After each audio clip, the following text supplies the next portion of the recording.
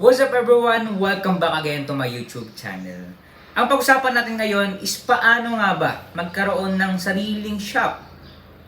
O kaya naman, paano nga ba makakuha ng murang pwesto para sa business natin? Pero bago tayo magsimula, kung bago ka lang sa aking YouTube channel, please subscribe sa ating YouTube channel. Click the notification bell para updated pa kayo sa aking mga bagong vlog na i-upload. At the same time, ma-reach po natin yung 100k subscriber bago matapos itong taon na po ito. Alright, so tara na sa ating tatalakayin ngayon. Paano nga ba magkaroon ng pwesto? Especially, ito ay mura. Okay? So, kung makita nyo sa ating thumbnail, okay, dati pinipintirahan yung pwesto ko namin dati or office namin sa business. At alam nyo ba, nakatipid ako ng magpipintura. Ayan, so, nakita nyo doon sa picture na si Papa ko yung nagpipintura. Si Papa ko yung nagpipintura, si Papa ko yung nag-ayos ng shop, okay? Meron lang siyang kasama. Pero, I'm very thankful kasi meron akong dad na siya yung nagpipintura.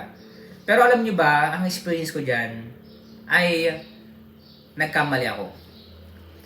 Okay? Hindi pa kumikita yung business, hindi pa profitable. Pero, nagkaroon ako ng fix na expenses, which is yung pwesto. Ang monthly ko dati dyan is 7k, I think. Ay, mahal. 7k monthly. So, kaya parang 5 to 7 monthly. So, sobrang bigat. That's fixed income. Sa business kasi, mahirap yung habulin. Fixed income, yung upa, tapos yung empleyado. So, paano nga ba nagkaroon ng pwesto? Nagkaroon ako ng pwesto kasi may mga investor ko. Which is wrong. Huwag muna kayo kumuha ng pwesto. Okay? Huwag muna kayo kumuha ng fixed expenses. I-stick muna kayo sa bahay. Okay? Sa tabi ng, kung meron kayong bahay dyan na pwede kayong dyan mag-office, dyan muna kayo. Kasi the more na mas mababa yung expenses nyo, mas malaki yung kikitain nyo. Mas malaki yung net. Okay? Kaya, ang advice ko sa iyo, huwag muna kayo kumuha kung nagsisimula kayo ng negosyo. I-stick muna kayo ng kwan dyan, 1 to 7 years, everything. Eh kung pumutok yan, di maganda. Pero, ang business is up and down. Kaya dyan, nagkapalpapalpak yung aking negosyo. Nalugi yung negosyo ko because of the fixed income, fixed expenses.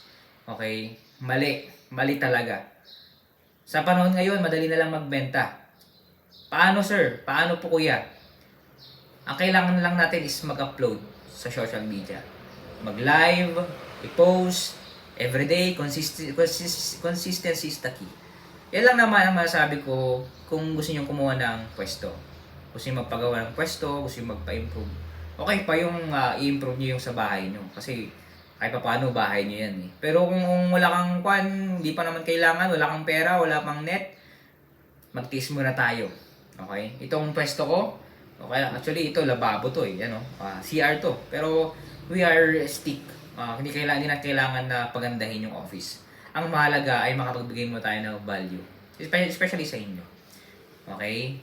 So bago matapos tong video na to, meron pala akong ginawang libro para sa inyo. Sa mga gustong magsimula ng negosyo, sa mga nagsimula ng negosyo, sa mga pumalpak sa pagninegosyo, sa mga may problema sa negosyo. Tamang-tama ito sa inyo. Okay? Kung gusto nyo pong bumili, medyo may kamahalan na lang ito. Pero dito nyo malalaman kung bakit mahal ito. Nasa comment section yung Facebook page link po natin official. O kaya naman nasa description kung gusto nyo pong mag-order. Message lang po kayo. Kung napansin nyo na parang walang likes and followers, bago lang po kasi yan. Kasi para po yan sa mga gustong mag-order sa ating Facebook o sa ating libro. Okay, so like and follow nyo po para magkaroon tayo ng followers. Okay, and huwag nyo pong kalimutan. Okay, na i-like din tong video na to. Alright, so pag nag-message po kayo, asikusin po namin yan agad.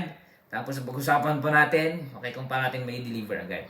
Kung ikaw mayaman ka na, hindi mo na kailangan magbasa ng libro or everything, pero gusto mong supportan itong mga vlog natin, pwede ka pa rin naman bumili. Pwede mong i-display, pwede mong ipamigay yung itong libro na to. Kagaya nito, i-display ko lang. Yan. So, kung ikaw bumili ka, tapos hindi mo naman talagang kailangan, salamat. Salamat sa pagsuporta dito sa mga video natin. Dito muna tayo, pa-exit yung mga vlog natin. Kaya, stay tuned lang po kayo. Abangan niyo po yung mga bagong upload po natin. God bless. See you in my next vlog. Bye-bye.